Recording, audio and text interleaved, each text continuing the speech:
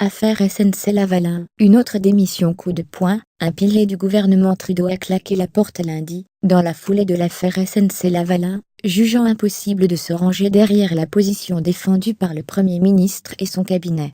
La pression qui pèse sur Justin Trudeau depuis des semaines est donc encore montée d'un cran quand la présidente du Conseil du Trésor, Jeanne Philpott, a annoncé sa démission, la troisième reliée à cette affaire.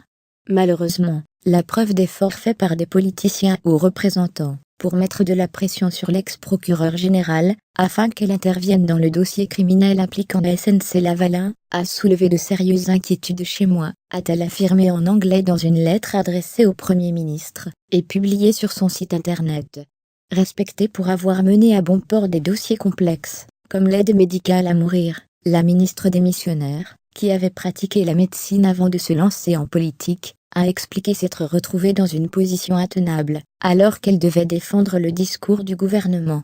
J'ai malheureusement perdu confiance en la façon dont le gouvernement a géré ce dossier, et sur comment il a répondu aux enjeux soulevés, ajoute dans sa missive celle qui avait auparavant été ministre de la Santé et ministre des Services aux Autochtones.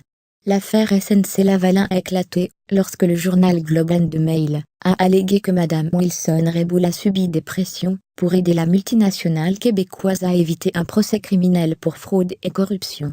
Justin Trudeau, son plus proche conseiller Gérald Butte, ainsi que Michael Wernick, le plus haut fonctionnaire fédéral, ont tous nié avoir quoi que ce soit à se reprocher.